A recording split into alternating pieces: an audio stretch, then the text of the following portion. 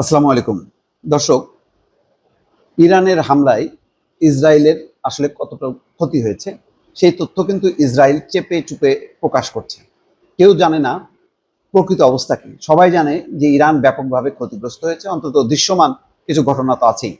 শনিবার জানাজা হবে, সেখানে পরমাণু এবং যে সামরিক কমান্ডাররা নিহত হয়েছে তাদের স্মরণে জানাজা হবে শনিবার। তো ইসরায়েলের অবস্থা কি? ইসরায়েলের দৃশ্যমান বড় ধরনের কোনো সামরিক কমান্ডার, বিজ্ঞানী বা কর্মকর্তা কেউ মারা যায়নি, কিন্তু জনসাধারণ যে কি পরিমাণ ক্ষতিগ্রস্ত হয়েছে তার একটা চিত্র তুলে ধরা হয়েছে, যেটা গণমাধ্যমে এসছে। ইতিমধ্যে বলা হচ্ছে যে ইরানি হামলার পর ক্ষতিপূরণ চেয়ে ৩৯,০০০ ইসরায়েলির আবেদন। মানে ইসরায়েলের ৩৯,০০০ নাগরিক ক্ষতিপূরণ চেয়ে আবেদন করেছে। তার মানে বুঝতে পারছেন, মাত্র ১২ দিনের সংঘাতে ইসরায়েল কি পরিমাণ ক্ষয়ক্ষতির সম্মুখীন হয়েছে। এটা ছাড়া আসলে উপায়ও ছিল না। বিভিন্ন সামরিক স্থাপনা বা লক্ষ্যবস্তু টার্গেট করে হামলা চালিয়েছে ইরান, সত্য, কিন্তু ইসরায়েলিকে বলা হয় শিকারী রাষ্ট্র। তারা ১ বছর ধরে তারা পরিকল্পনায় এটেছে।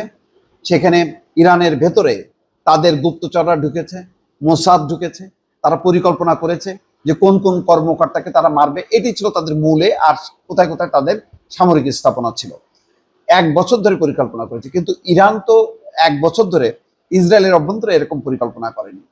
সাধারণভাবে হয়তো ইসরায়েলের কিছু সামরিক স্থাপনার কথা তারা জানে, সেই অনুযায়ী তারা হামলাও করেছে।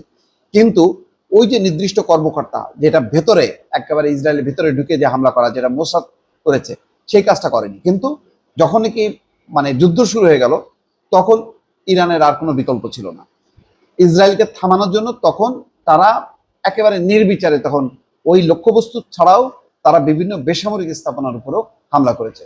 যার কারণে দেখেন কি পরিমাণ ক্ষয়ক্ষতি হয়েছে, যে ৩৯,০০০ তারা আবেদন করেছে। হয়তো এই সংখ্যাটা আরো বাড়বে।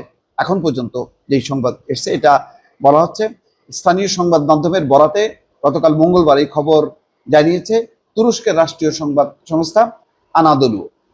তারা বলছে যে ইরানি হামলায় ক্ষতিগ্রস্তদের জন্য একটি ক্ষতিপূরণ তহবিল গঠন করেছে ইসরায়েলের কর কর্তৃপক্ষ। ১৩ই জুন ইরান ইসরায়েলের মধ্যে সংঘাত শুরু হওয়ার পর এই তহবিল থেকে ক্ষতিপূরণ চেয়ে মোট ৩৮,৭০০টি আবেদন করেছেন, তার মানে ৩৯,০০০। ইরানের ক্ষেপণাস্ত্রের আঘাতে বাড়িঘর ভবনের ক্ষতিগ্রস্ত হয়, ক্ষতিপূরণ চেয়ে আবেদন জমা পড়েছে ৩০,৮৯০। এছাড়া ৩,৭১৩টি আবেদন জমা পড়েছে যানবাহন ক্ষতি হওয়ার কারণে। চিন্তা করেন, ৩,০০০-এর উপরে শুধু যানবাহন ক্ষতিগ্রস্ত হয়েছে। যন্ত্রপাতি আর অন্যান্য জিনিসের ক্ষতিগ্রস্ত হওয়ার কারণে ক্ষতিপূরণ চেয়ে আবেদন হয়েছে ৪,৮৮৫টি। এই তথ্য প্রমাণ করে যে ইসরায়েলের শুধু তেল আবিব না, ইসরায়েলের যতগুলো শহর ছিল, উত্তর, দক্ষিণ, পূর্ব, পশ্চিম, কোনো শহর কিন্তু বাদ পড়েনি। ইরান ভয়াবহভাবে হামলা করেছে এবং এটা ছাড়া তাদের কোনো বিকল্পও ছিল না। অন্তত এই আবেদন দিয়ে বোঝা যায় যে ইরান ইসরায়েলের উপর কি পরিমাণ ক্ষয়ক্ষতি চালিয়েছে, বা ইরানের দ্বারা কি পরিমাণ ক্ষতি হয়েছে, কতখানি ক্ষতি হয়েছে, যে ৩৯,০০০ নাগরিক এই পর্যন্ত আবেদন করেছে ক্ষতিপূরণ পাওয়ার জন্য সরকারের কাছে। দর্শক, ভালো থাকবেন। আল্লাহ হাফেজ।